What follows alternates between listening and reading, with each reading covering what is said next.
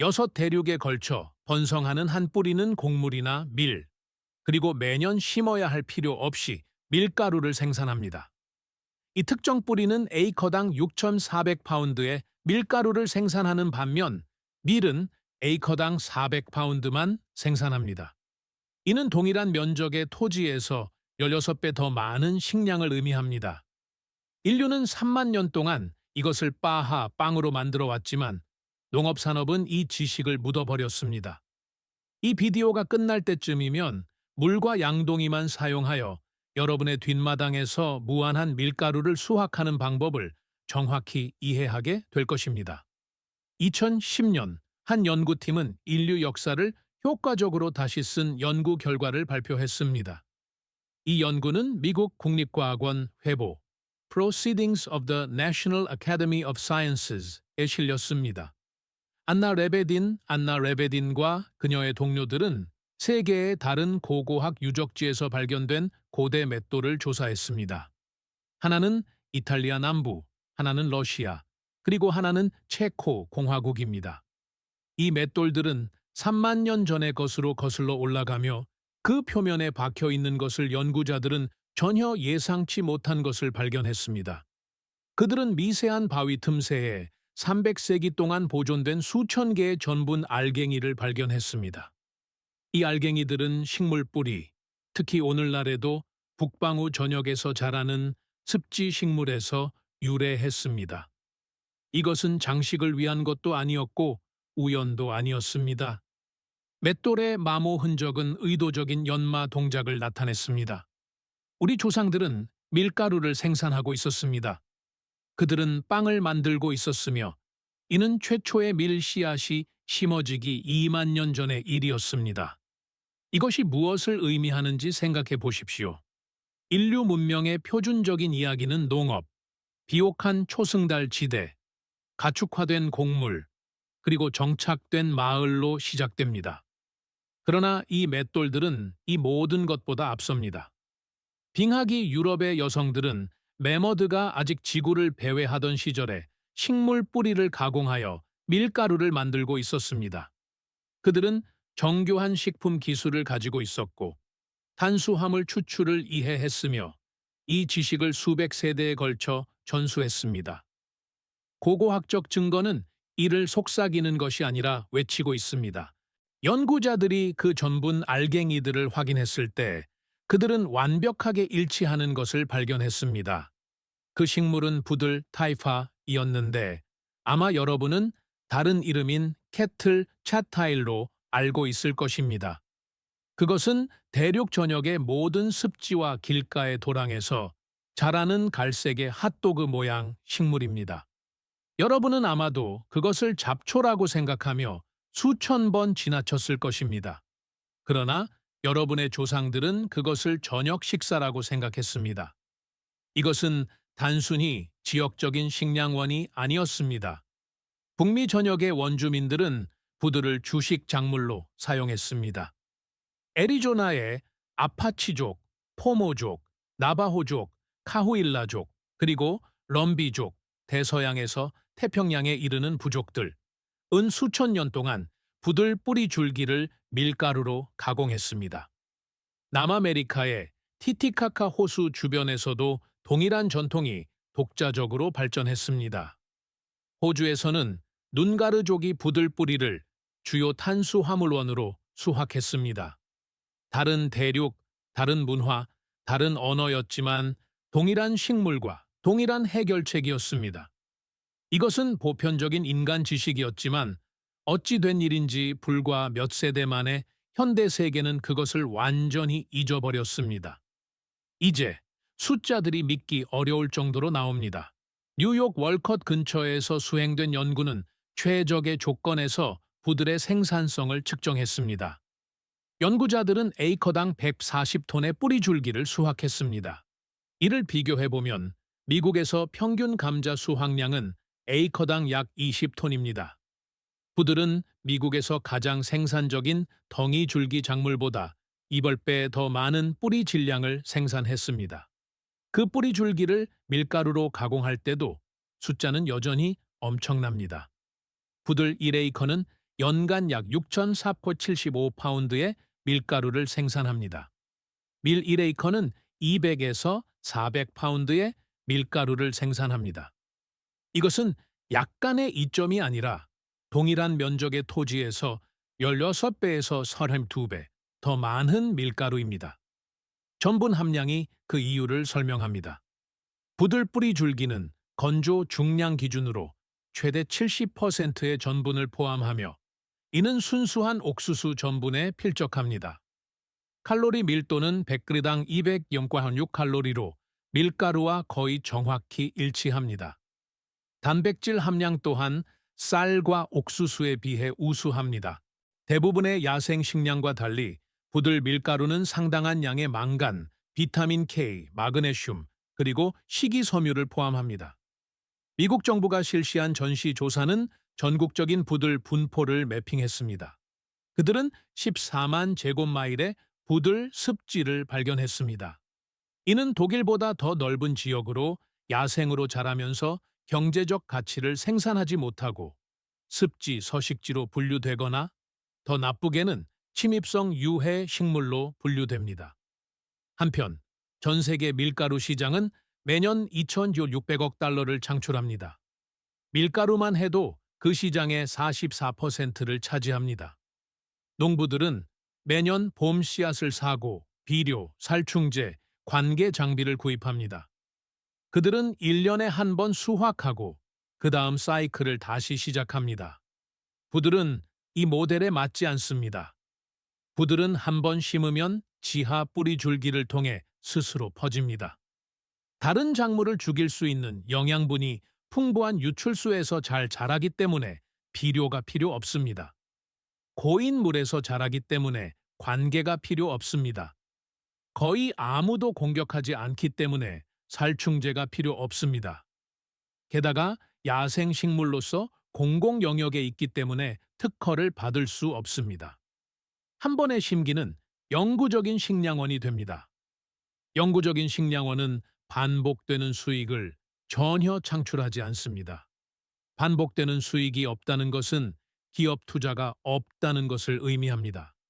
기업 투자가 없다는 것은 마케팅 예산이 없다는 것을 의미합니다.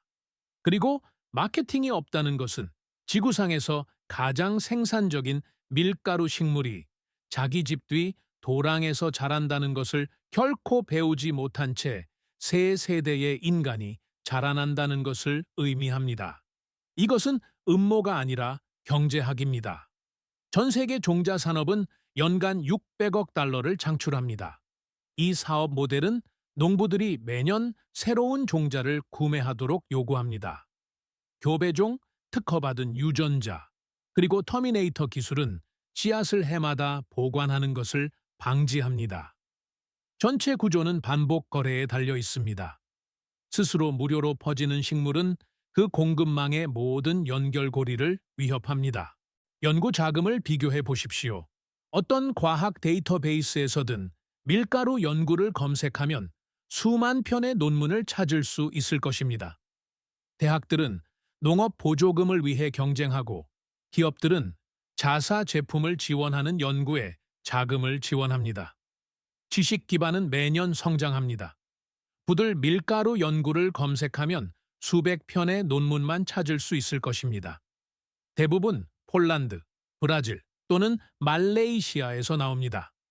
서구 농업기관은 거의 아무것도 생산하지 않았습니다. 스스로 먹이를 주는 식물은 주주 가치를 창출할 수 없다는 이유로 경제적으로 무가치하다고 여겨졌습니다. 지난 2세기 동안 미국의 습지에 무슨 일이 일어났는지 보십시오. 유럽 정착민들은 대륙의 광대한 지역을 덮고 있는 습지를 발견했습니다. 그들은 농업을 위해 그 습지의 90%를 배수했습니다. 그들은 부들 서식지를 밀밭, 옥수수밭, 콩밭으로 바꾸었는데 이러한 작물들은 매년 투입이 필요하고 연간 판매를 창출합니다. 이 작물들은 농부들을 산업 공급망에 의존하게 만듭니다. 살아남은 부들은 재분류되었습니다. 더 이상 식량원이 아니라 침입종, 통제되거나 제거되어야 할 대상이 되었습니다. 정부 기관들은 제초제 권고, 기계적 제거 기술, 통제된 화상 등 부들 개체수를 죽이는 방법에 대한 관리 지침을 발표합니다. 그들은 자신들이 대체한 작물보다 30배 더 많은 밀가루를 생산하는 식물을 파괴하기 위해 돈을 쓰고 있습니다.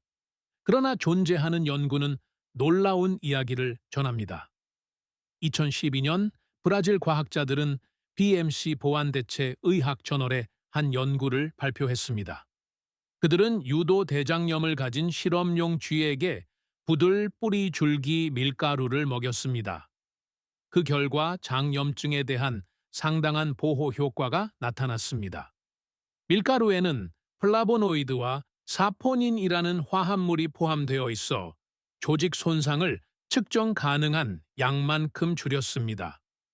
연구자들은 부들 밀가루가 염증성 장 질환의 예방 및 치료를 위한 식이 보충제로 사용될 수 있다고 결론 내렸습니다. 2014년 폴란드 연구는 부들 전분의 분자 구조를 분석했습니다. 연구자들은 전분 알갱이가 식품 가공 응용 분야에 적합한 특성을 가지고 있음을 발견했습니다. 그 구성은 전통적인 레시피에서 직접적인 대체제로 기능할 만큼 에머밀가루와 거의 일치했습니다. 이것은 존경받는 저널에 발표된 동료 심사 과학으로 원주민들이 수천 년 동안 알고 있던 것을 확인시켜 줍니다. 하지만 이것은 학술 데이터베이스에서 읽히지 않은 채로 남아있고 식료품점은 고대 곡물 대용품에 프리미엄 가격을 부과합니다. 식물은 시장 역학에 신경 쓰지 않습니다. 부들은 몇 인치에서 4피트 깊이의 고인 물에서 자랍니다. 염수 조건에도 강하고 교란된 토양에서 번성합니다. 바람에 의해 퍼지는 씨앗을 통해 새로운 습지를 식민지화하는데 이 씨앗은 모식물에서 수마일 떨어진 곳까지 이동합니다. 하나의 씨앗 머리에는 최대 20만 개의 씨앗이 들어있으며 각 생존 가능한 씨앗은 새로운 군락을 형성할 수 있습니다. 각 군락은 뿌리 줄기 네트워크를 통해 해마다 외부로 확장됩니다. 이 식물을 막을 수는 없습니다. 단지 먹을지 무시할지 결정할 수 있을 뿐입니다.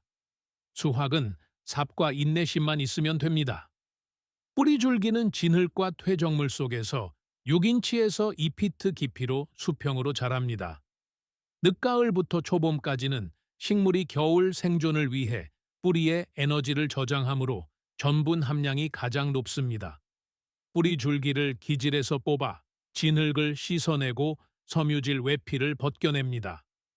흰색 내부는 전분을 포함하고 있습니다. 전통적인 가공법은 껍질을 벗긴 뿌리를 건조하고 돌로 찢는 것이었는데 3만 년 된 맷돌 표면에 보존된 것과 동일한 기술입니다. 현대의 채집자들은 더 간단한 방법을 사용합니다. 신선한 뿌리 줄기를 차가운 물에 강판에 갈아 넣습니다. 전분은 가라앉고 섬유질은 뜹니다. 섬유질을 따라내고 전분이 가라앉도록 둡니다. 침전물을 건조하면 밀가루가 됩니다. 오후 한나절 작업으로 몇 주 동안 빵을 만들기에 충분한 밀가루를 생산할 수 있습니다. 수확 후 뿌리 줄기는 다시 자라며 여러분이 원하든 원하지 않든 군락은 확장됩니다. 뒷마당의 작은 연못 하나가 재식이나 유지 보수, 연간 비용 없이 영구적인 밀가루 공급원이 됩니다. 대부분의 레시피에서 부들 밀가루를 밀가루 대용으로 직접 사용할 수 있습니다. 납작빵, 팬케이크, 그리고 수프와 소스에 농후제로 좋습니다. 어떤 채집자들은 일반 밀가루와 50-50으로 섞어 사용하고 어떤 이들은 그대로 사용합니다. 맛은 순하고 약간 달콤하며 다른 야생 음식 실험을 망치는 쓴맛은 전혀 없습니다. 꽃가루도 사용할 수 있습니다. 초여름의 부들은 엄청난 양의 밝은 노란색 꽃가루를 생산합니다. 꽃머리를 용기 위에 흔들면 밀가루 보충제로 기능하는 단백질이 풍부한 가루를 모을 수 있습니다.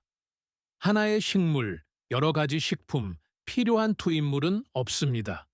연못, 약간의 인내심, 그리고 영원히 공짜 밀가루입니다. 여러분의 할머니의 할머니도 이것을 알았고 그 할머니의 할머니도 알았습니다.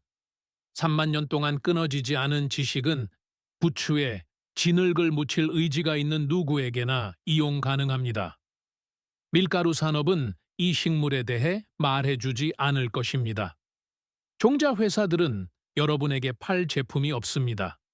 농업확장사무소는 이 식물을 연구할 자금을 받지 못합니다.